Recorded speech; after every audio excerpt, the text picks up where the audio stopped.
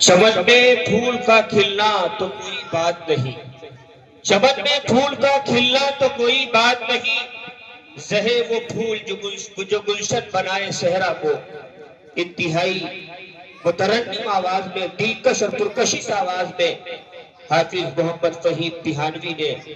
سما باندھ دیا، اور بالآخر یہ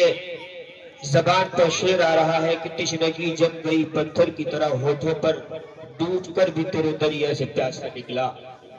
سامعین، بہت اچھے سے ہمارا یہ پروگرام چل رہا ہے، یہ جلسہ اپنی منزلوں طے کرتا ہوا جا رہا ہے۔ میں انتہائی شکر گزار ہوں اپنے ان تمام مہمانوں کا کہ جنہوں نے سفر کی صعوبتیں برداشت کی، اپنا قیمتی وقت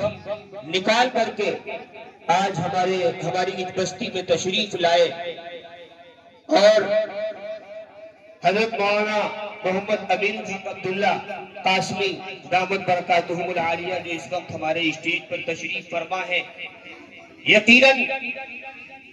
حضور والا کا تعارف، حضرت کا کام اور آپ کا مشن ہی آپ کا در حقیقت تعارف ہے۔ چہرہ کھلی کتاب ہے، عنوان کچھ بھی دو، جس رخ سے بھی پڑھو گے مجھے جان جاؤ گے۔ ابھی آپ نے ختم نبوت کے تعلق سے اشعار سنے، کوئی بھی باطل جب بھی کھڑا ہوتا ہے، سر اٹھاتا ہے، تو وہاں آپ کھڑے نظر آتے ہیں۔ ختم نبوت کا معاملہ ہو، شکیلیت فتنہ شکیلیت کا معاملہ ہو، یا اسی طرح حدیث کے تحفظ کا معاملہ ہو، ہر جگہ آپ کھڑے نظر آتے ہیں سینہ سپر ہو کر کے، اور یقیناً آپ سچے جانشین ہیں اپنے والد گرامی حضرت اقدس مولانا محمد بطیر الحق اسامہ قاسمی نور اللہ برکتہ کے، جن کی زندگی مسلسل جہد سے عبارت تھی۔ بہرحال اب ہماری فہرست میں ایک عظیم نام ہے، محترم